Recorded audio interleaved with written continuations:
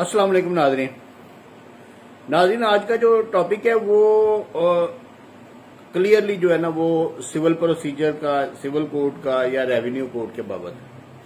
आज हमने ये देखना है कि रेवेन्यू अदालत जो है वो कौन सी होती है और उसमें कौन सा केस फाइल किया जा सकता है और उसकी जुरिस्डिक्शन क्या है, किस तरीके से, यानी कि कौन सा केस जो है ना वो रेवेन्यू कोड में चल सकता है।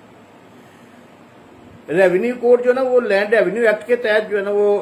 बनाई गई है और उसमें जो है ना सबसे जो लोअर ट्रायल कोर्ट जिसको आप बोला जाता है वो तहसीलदार की अदालत है। यानी कि जो सबसे छोटी अदालत है ना उसको ट्रायल कोर्ट बोला जाता है। जैसे सिविल कोर्ट में जो सबसे छोटी अदालत दीवानी अदालत है, जैसे उसके बाद फिर सेशन कोर्ट है, फिर हाई कोर्ट है, फिर सुप्रीम कोर्ट है। इसी तरह रेवेन्यू अदालतों में जो हायरार्की है उसकी सबसे पहले तहसीलदार की अदालत है, उसके बाद वो डिप्टी कमिश्नर यानी कि एडीसीआर जो उसके इख्तियारात जो इस्तेमाल कर रहा होता है वो उसकी अदालत है, फिर एडिशनल कमिश्नर की अदालत है,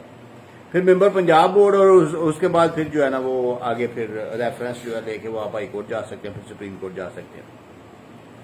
तो जो रेवेन्यू कोर्ट है सबसे छोटी कोर्ट जो है ना वो तहसीलदार की अदालत है। अब उसमें केस कौन सा फाइल किया जा सकता है, देखना ये है उसमें जो ज़रई अराजी है ना, जितनी भी ज़रई अराजी है उसकी बाबत कोई भी मसला मसाइल जो कि समरी ट्रायल का हो। समरी ट्रायल का पहले आपको मैं मतलब समझाऊं कि ऐसा ट्रायल जिसमें एविडेंस वगैरह जो है ना वो रिकॉर्ड नहीं की जाती, बल्कि जो मौका पे मौजूद रिकॉर्ड जो आपके पास अवेलेबल होता है ना, जो महकमे के पास अवेलेबल रिकॉर्ड है, जो तहसीलदार के पास जो उसको पटवारी ने दिया है, या जो भी आपकी वो जमाबंदियों में जितना भी रिकॉर्ड वगैरह है, उसके मुताबिक अगर कोई आपका डिस्प्यूट है, उसके मुताबिक अगर हल होना है तो फिर वो जो है ना वो रेवेन्यू कोर्ट में तहसीलदार के पास चलेगा। जैसे कि अगर सीधा सीधा तकसीम का केस है, मसलन दो पार्टियां हैं, एक एकड़ रकबा है और अब उन्होंने 4-4 कनाल तकसीम करना है, सिंपल, तो वो तहसीलदार कर सकता है। ज़री अराजी है तो वो तहसीलदार उसका जो है ना वो नक्शा बना के, क्योंकि उसके पास रिकॉर्ड में मौजूद है जमाबंदी में कि ये 4-4 कनाल के दोनों मालिक हैं, लेकिन ये मुश्तरक है, इसलिए वो फ्रंट को आधा रख के पीछे भी आधा रख के उसको काट देगा और वो निशानदेही करके वो कहेगा जी ये आपका तकसीम हो गया। लेकिन अगर उसी रकबे में कोई टाइटलशिप की प्रॉब्लम आ जाती है, मसलन एक भाई का नाम अमीर हुसैन है, दूसरे का नाम जो है ना वो फकीर हुसैन है,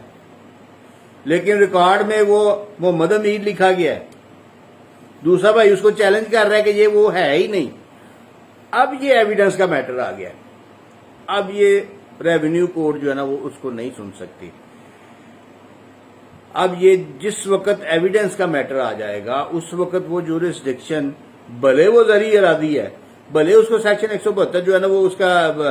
लैंड रेवेन्यू एक्ट का उसको बाहर कर रहा है कि ये सिविल कोर्ट में नहीं जाएगा, लेकिन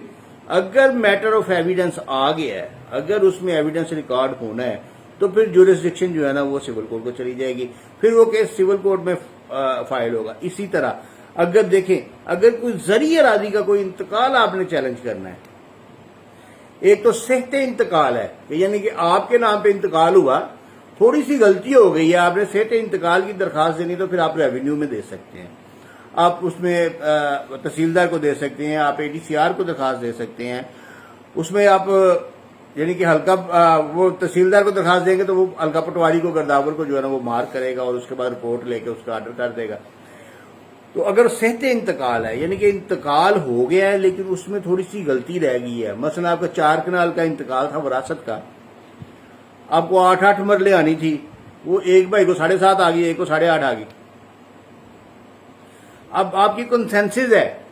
डिस्प्यूट नहीं है। अगर तो 8.5 वाला नहीं मान रहा फिर तो सिविल कोर्ट में जाना पड़ेगा। अगर वो मान रहा है कि ठीक है ये गलत हो गया है तो आप कंसेंसस है, आपका कोई डिस्प्यूट नहीं है, तो आप एप्लीकेशन देकर सेहते इंतकाल करवा सकते हैं और वो जो है ना तहसीलदार की जुरिस्डिक्शन में आ जाएगा, वो उसको, या एडीसीआर की जुरिस्डिक्शन में आ जाएगा, वो उसको जो है ना ऑर्डर करके दुरुस्त करवा देगा। इसी तरह लेकिन अगर लॉन्ग स्टैंडिंग एंट्री हो गई है तो 10-12 साल तक चली गई है, 10-12 साल पुरानी हो गई, अगली नस्ल आ गई है, एक बंदा गायब हो गया, बीच में से फौत हो गया, फिर भी जुरिस्डिक्शन जो है ना वो तहसीलदार की जुरिस्डिक्शन जो है ना वो खत्म हो जाएगी, फिर वो जो है ना वो सिविल कोर्ट में जुरिस्डिक्शन चली जाएगी। सिविल कोड में मैटर चला जाएगा। तो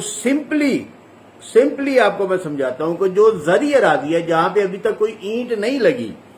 और ज़राअत का काम होता है, फसलें उगाई जाती हैं, वहां के सिंपल मैटर्स जो कंसेंसस के साथ हों, कॉन्सेंट के साथ हों, वो जुरिस्डिक्शन जो है ना वो तहसीलदार की और रेवेन्यू कोर्ट की वो जुरिस्डिक्शन बनती है। लेकिन ज़रई मैटर, दूसरे कोई रैशी मैटर, सकनी मैटर, जहां पे मकान बन गए हैं, डेरे बन गए हैं, ट्यूबवेल लग गए हैं, या कोई ऐसी चीज जिसमें डेवलपमेंट हो गई है, कोई ऐसी लैंड जिसके कोई अरादी जिसके ऊपर डेवलपमेंट हो चुकी है, थोड़ी बहुत भी डेवलपमेंट अगर हो चुकी है और उसमें कोई डिस्प्यूटेड मैटर आ गया है, कोई उसमें कोई कंसेंसस नहीं है, कोई एक बंदा भी, इवन कोई अगर कोई माइनर भी आ गया बीच में, तो फिर भी से जो है ना वो मैटर ऑफ एविडेंस आ जाएगा, गार्डियनशिप का मैटर आ जाएगा कि उसकी गार्डियनशिप लेनी है, तो फिर वो सिविल कोर्ट का मैटर आ जाएगा, फिर वो जुरिस्डिक्शन सिविल कोर्ट की बनेगी। कोई कानूनी पेचीदगी